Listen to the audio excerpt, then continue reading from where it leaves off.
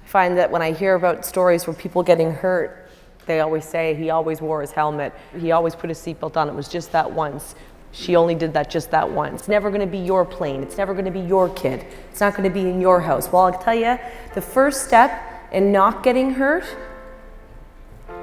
is simply understanding that you can be.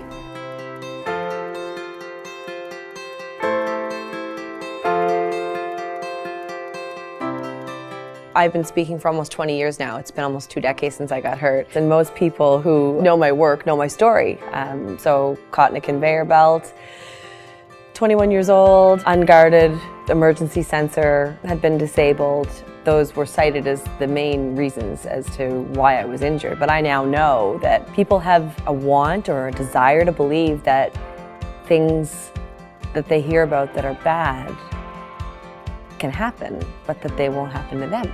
And when I realized how much of an effect the whole notion of it won't happen to me was having on people in workplaces and of course families, it made me want to share my story even more.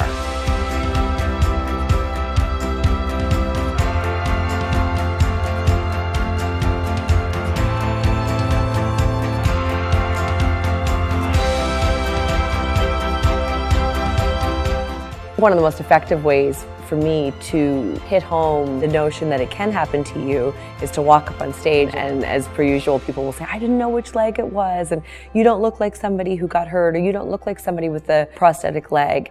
Nobody looks like somebody who's going to get hurt at work today. Nobody looks like somebody who's going to get killed at work today, but people are dying to work every day in North America and all over the world. Realize that your own health and safety, especially at work, is very much within your control, and that the attitude towards health and safety is something that people need to recommit to. So we got PPE, we got work boots, we got safety glasses, but I think your PPE, you're wearing it right now. It's your gut, it's your heart, and it's your head. You're feeling with your heart, you trust in your gut, making decisions with your head, then all the other things will fall into place. That's what I believe. See something, say something sums it up. It's simple, it's catchy, and it's a call to action.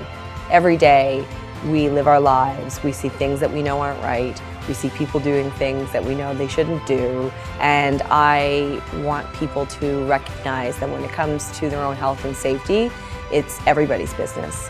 Nobody goes to work alone, and nobody gets hurt alone, because I've seen the effects an injury has on a mother and a father, and on brothers and on family and co-workers. And unless people speak up and say something, nothing will change.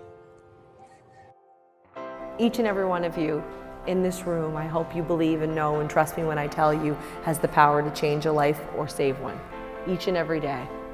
So if your gut tells you something ain't right, I should say something, please have the courage to care enough to do it. Because in the wake of a tragedy, the last question that you want to be left asking yourself is, what more could I have done? To create a culture of safety, we have to create and foster a culture of caring. Rules and regulations don't touch people's hearts. Personal stories do, and that's why I believe that sharing stories does save lives. Seeing her and the valor and charisma that she has through what she went through, it gives me more perspective on how to have more empathy towards my people and get to their heart to understand what life really means. I think we all can be touched by that story, especially with an aging workforce. They do the same jobs all the time, and you can become complacent. And in her story, complacency was a factor. She had seen people doing it time and time again. It sticks with you and makes you really think about what you're doing as a safety professional at your line of business. Her stories were real, they're relevant. Everybody in the whole industry, because it's extremely hazardous, needs to hear her from that perspective. Talk about zero injuries. I mean, everybody's going to be out there watching out for everybody else.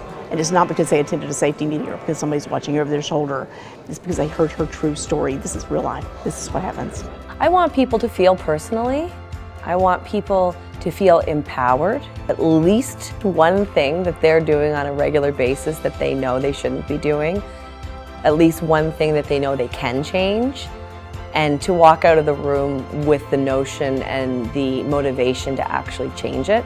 Because when you walk out the door today, if you keep doing everything the same way you've already been doing it, how are we going to get to zero? We're not. So today's about taking the challenge to do one thing safer and speak up.